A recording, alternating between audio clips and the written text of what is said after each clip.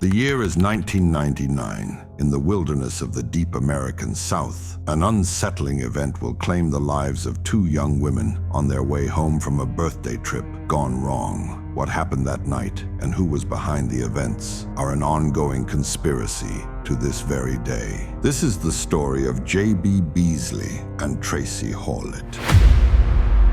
On July 31st, 1999, in Ozark, Alabama, two high school seniors, J.B. Beasley and Tracie Hawlett, set out for a birthday celebration for J.B., having planned all the exciting activities any young woman would want to have in their coming of age. However, the trip would later go awry, and one of the girls would phone their mother to inform them they were returning home early, hopefully by the next day. However, while passing through Ozark, Alabama, they would disappear shortly after visiting a gas station where they would never be seen alive again. Their lifeless bodies were discovered the next day, stuffed in the trunk of their car, and gunshot wounds to their heads, as well as JB's driver's license resting on the dash, just in front of the steering wheel. The gruesome discovery left investigators with more questions than answers, and questioning what had happened leading up to the previous evening. J.B. Hilton Green Beasley was born on July 31st, 1981, in Troy, Alabama, to parents Cheryl and Hilton Lanier Beasley. After her parents separated, she moved to Dothan with her mother in 1984,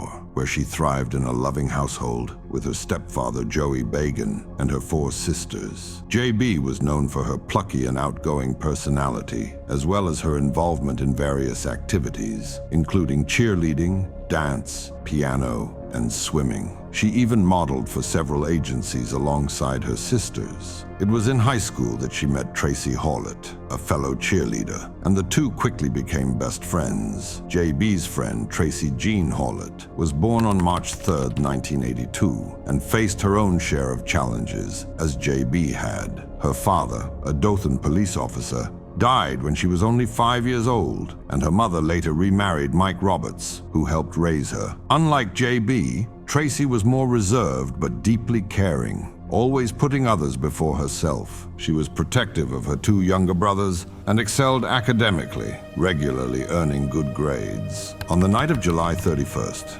1999, JB and Tracie set out in JB's black Mazda 929 to attend a birthday party for JB in Headland, Alabama. Unfamiliar with the roads, they quickly got lost. After stopping at a BP gas station in Headland for directions, they ended up in Ozark, about 24 miles northwest of their intended destination.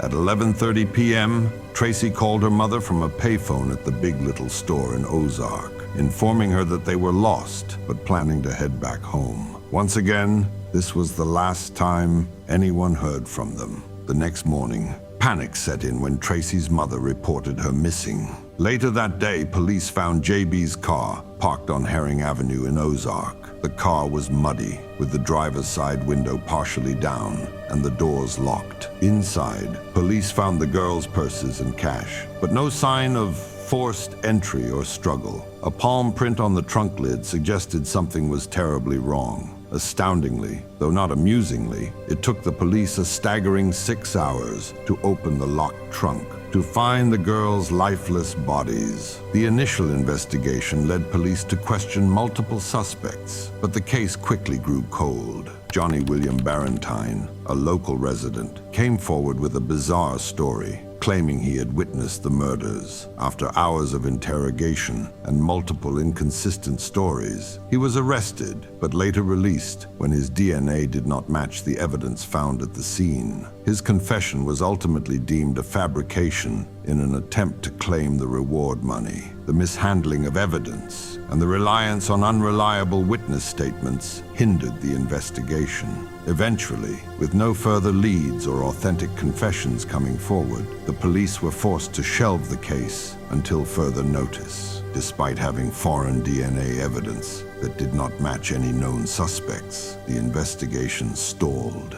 The police struggled to piece together the events of that night, and the community's frustration grew. as years passed without any significant breakthroughs. The only significant breakthrough was when a former officer of the local Ozark Sheriff's Department, Rena Crum, accused the sheriff and his deputies of covering up the murder of the two girls to protect a local comrade. They allegedly were involved in illegal activities involving a drug ring, and the girls had simply found themselves at the wrong place at the wrong time, and were hence murdered for suspected involvement in something they couldn't have known about. Following inconsistencies between the stories of the accuser and accused, a defamation suit was filed against Rena for her claims, and this lead too eventually led nowhere. 2 decades later, advancements in DNA technology finally provided a breakthrough. In 2019, DNA evidence pointed to Coley Lewis McCraney, a man who had never been on the investigators' radar. McCraney, a local truck driver, co-founder of a church, Air Force veteran, an Alabama local with a clean criminal record, was linked to the crime through a genealogy database. His DNA matched the samples found on JB's body, and he had lived just 1 mile away from where the girls' bodies were found in 1999. Without any further perceived need to find out the truth behind the matter, McCraney was promptly arrested for his alleged crimes. Nevertheless, throughout questioning,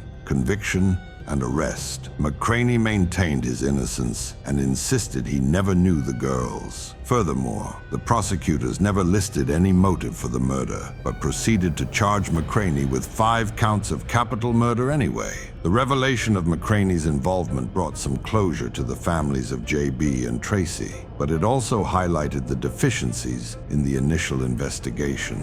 However, to this very day, something still doesn't sit quite right with the entire story. McCraney still holds no motive, and questions still remain about why JB's license was found on the dashboard, the driver's window was left partially down, and no signs of forced entry were found. These circumstances lead many to believe that the girls were pulled over, perhaps by a local officer, for an unknown reason. In a final twist, Rena Crum recanted her accusations against the Ozark Police Department during a testimony for Coley McCraney, leaving him as the sole suspect, yet still with no motive or clear timeline of events to solve the mystery. This leaves McCraney to this day as a convicted murderer without a reason for what he had allegedly done, and no developments other than a DNA report to tie him to the case. The case also highlighted the importance of community involvement in supporting victims' families and advocating for justice. The persistence of the families and the dedication of cold case investigators played a crucial role in bringing McCraney to justice, though if the final verdict serves as an ending to this story, remains a mystery itself. If you enjoyed this video, kindly leave a like and subscribe. I look forward to seeing you in the next one.